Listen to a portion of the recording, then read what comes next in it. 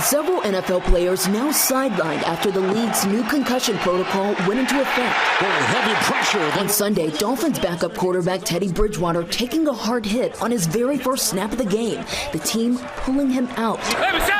Then in New Orleans, Saints rookie Chris Olave taking a grisly hit on the gridiron, laying motionless on the field before also being taken out of the game. But it was this hit to Dolphins starting QB Tua Tagovailoa less than 2 weeks ago that triggered the changes to the way the league handles concussions. Tagovailoa sacked, his head slamming to the ground, his fingers spread wide and frozen in a response known as fencing. That's a neurological response to head trauma. Just 4 days earlier, taking this hit. Oh, he's woozy. The team saying it was a back injury and that Tagovailoa passed the concussion protocols, so he was sent back in the game a few snaps later. When we all saw him stumbling on the field, the first question I always have is, would that doctor have put his son or his daughter back in the game? An investigation finding that while concussion protocols as written at the time were followed, the outcome is not what was intended when the protocols were drafted. The League and Players Association now agreeing if a player has an abnormality of balance stability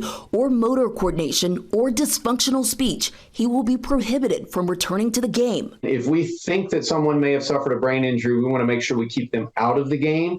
And if we're going to make a mistake, we'd rather make a mistake on the side of being cautious. But some argue the new rules don't go far enough to protect players. They are giving the team doctor an extraordinary amount of latitude to decide whether or not somebody who shows concussion signs can go back in. The NFL protocol is very aggressive for getting people back on the field. During yesterday's game, there was mention that Tagovailoa's scans have come back clean, but experts say head scans are not really useful when it comes to diagnosing concussions. He'll still have to go through the concussion protocol steps before returning to the field.